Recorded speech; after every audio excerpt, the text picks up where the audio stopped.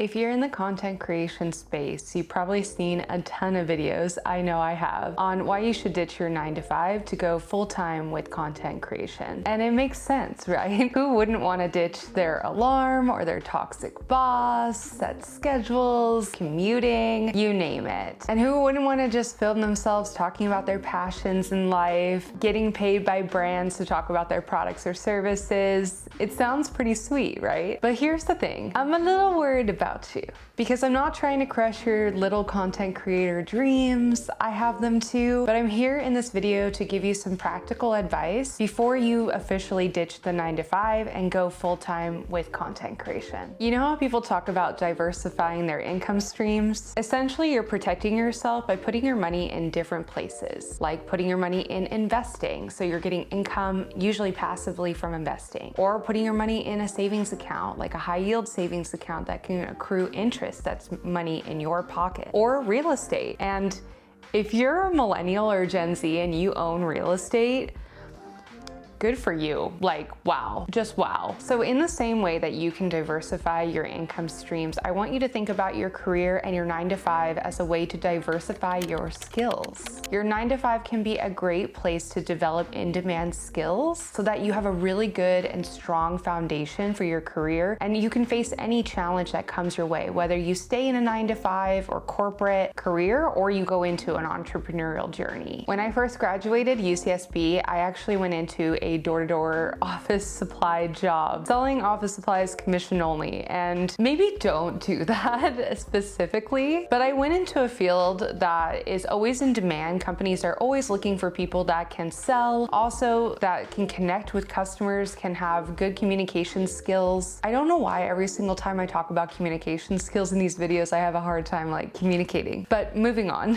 But companies are always looking for people that can translate the value of their products into real solutions for customers' problems and really create rapport, create a connection with your customer. So these kind of skills and these kinds of experiences, whether it be door-to-door office supplies, and please don't do that, or it's tech sales. Now, luckily I got out of the door-to-door commission-only grind, which thank God. And then I moved into tech software sales. And I learned so much in my 4 years of experience doing that. And I not only learned about how to use really popular software like Salesforce to track all my leads, to track my outreach to people, to track my opportunities that I created. So like the opportunity, that's what it sounds like, the account or the possibility that a customer could purchase my product or service. But I also learned, what are my strengths and weaknesses? Me as a person in my 20s, I'm just trying to take all the, juices and all the experience that I possibly can to really figure out who I am and where my strengths and weaknesses are in terms of the work that I do. And so a 9 to 5 is a really great place to really learn more about yourself, learn about your working style, and again, figure out where there's opportunities to grow and if you want to grow in those areas and where your strengths are. And you can do that all while collecting a steady paycheck. Now, I'm really happy when I transitioned into product marketing, and I'm really happy in my current career. But should a horrible, unexpected layoff come, and product marketing can be extremely competitive, and there's not that many roles open, regardless of what LinkedIn says that there's a percentage increase this month. Usually they're very, very competitive positions. And so if I'm finding myself without a steady income, I can always lean on my sales experience and the skills that I have there. So it really helps me to always have different options that I can lean on, again, to really make sure that I get that income coming in and that I'm not kind of left high and dry should a unfortunate event like a layoff happen. So again, find those skills that companies really want, and it doesn't have to be sales. That's just my story and an easy example, but find whatever that skill is, just break in, even if that's not what you'd want to do long term. It's good to just get exposure, get in your foot in the door and learn what you like and what you don't like, and maybe you'll be exposed to things that are actually a better suit for you, but you'll never know unless you put yourself out there and you just try. I don't think I really wanted to be in sales long term term, but again, it gave me a really good foundation. And you could also try something like customer success. It's a great role where you can meet with customers, you can empathize with them, you can connect with them, and you get to know them on a really deep level because you're their support system. You're gonna make sure that you're gonna deliver the most value from their investment. So again, there's so many roles out there where you can start, get your foot in the door, gain those skills, learn what you like, what you don't like, and diversify your skill set so that you have a great foundation to always lean on,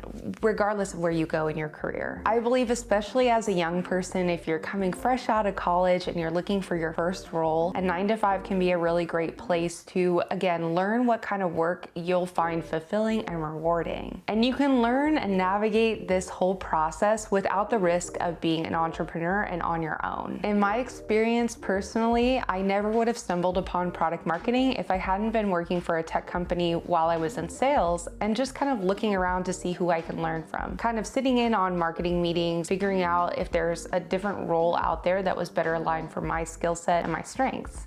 Luckily, product marketing was that place for me. And so I think instead of rushing to quit your 9-to-5, because I know everybody's talking about the benefits of being an entrepreneur, and don't get me wrong, being an entrepreneur seems amazing, right? But I think you should really try, especially if you're new in your career, to stick it out at a 9-to-5 just so that you can soak up all that great information, learn what really aligns for you, what you really value, and really find out that the work that you're gonna find the most rewarding. Because at the end of the day, if I had just quit my 9-to-5 when I was in tech sales and I wasn't necessarily really happy, I never would have stumbled on product marketing. I never would have gained the experience and also the connections that I have meeting people over the years. And I never would have found this career that, yes, can financially support me and also aligns with my skills and my values. Now, I'm not really hating on content creation in general. As you saw in my previous videos, I asked myself and I asked my audience, is content creation still worth it in 2024? And newsflash,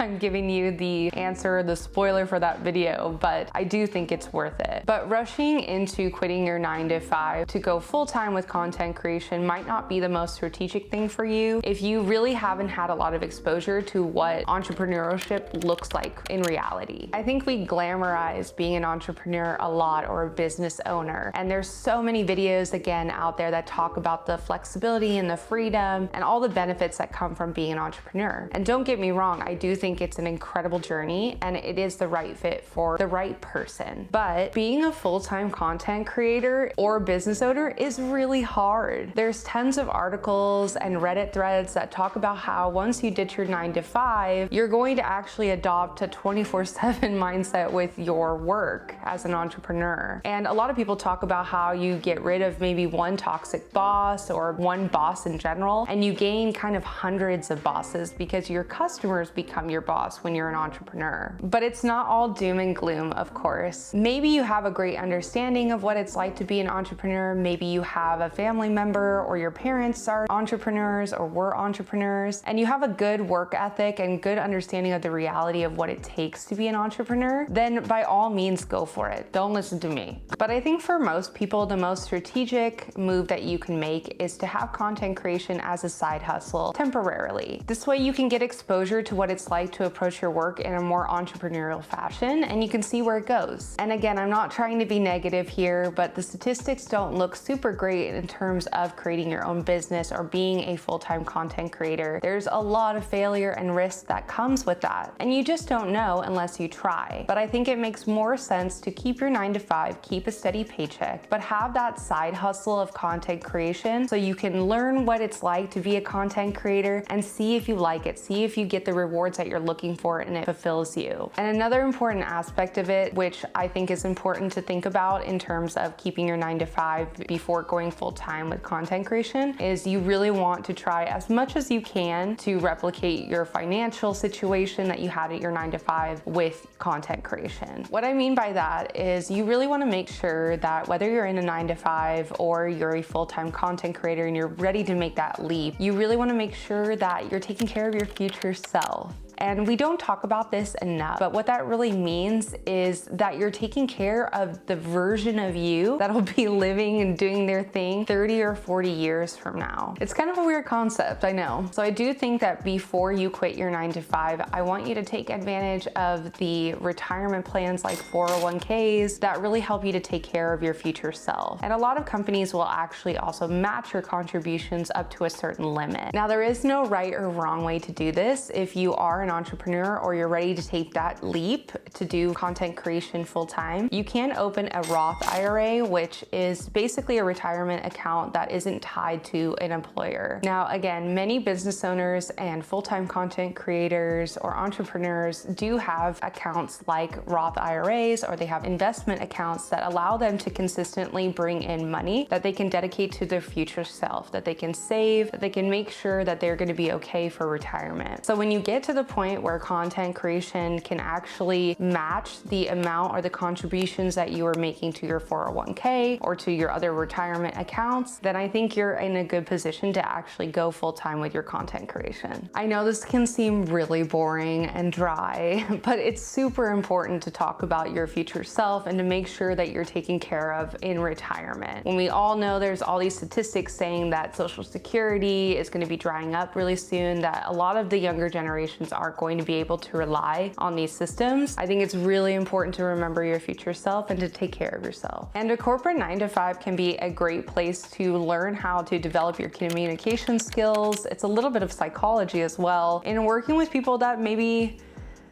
are not so kind. I'll be honest, there are some people I really wish didn't bring their authentic self to work. You can meet a lot of people in your workplace at a 9-to-5, and some of them are not going to be the easiest to work with. But on the flip side, I've been around incredible leaders over the course of my career who have really demonstrated how you approach certain types of communication styles, disagreements, conflicts, and how you can do it in a productive, respectful, and professional way. I've seen incredible leaders handle really complex projects with multiple people who have very passionate, different opinions on what should be done. I've seen leaders do a phenomenal job setting boundaries, coming back to the main purpose of the project, getting everybody together and aligned to be productive and effective. Again, it's a little bit of psychology and just having that exposure to different kinds of working styles, communication styles, and just people that might have a different approach to their work and a different approach to how they communicate at work. And I think if you've had a lot of experience in a 9-to-5 and you know how to navigate those kind of complicated working relationships, I think that's a really strong and beneficial skill wherever you go, and if that means going into full-time content creation, consulting, or another entrepreneurial journey. Now, at the end of the day, your path is exactly that. It's your path. But I thought I'd leave you with a little bit of advice from my personal experience to hopefully take care of your future self and lead you to a success in your career, whether it's in a 9-to-5 or it's somewhere else. If you're interested in trying out content creation, maybe as a side hustle with your full-time job, check out my recent video on the apps and software I use to juggle a full-time job and content creation here on YouTube. If you like this kind of content around product marketing, content creation, or money, please feel free to like and subscribe. I would love it if you're part of our community here. Thanks so much for watching, and if you made it this far, I really appreciate it, and I will see you in the next video.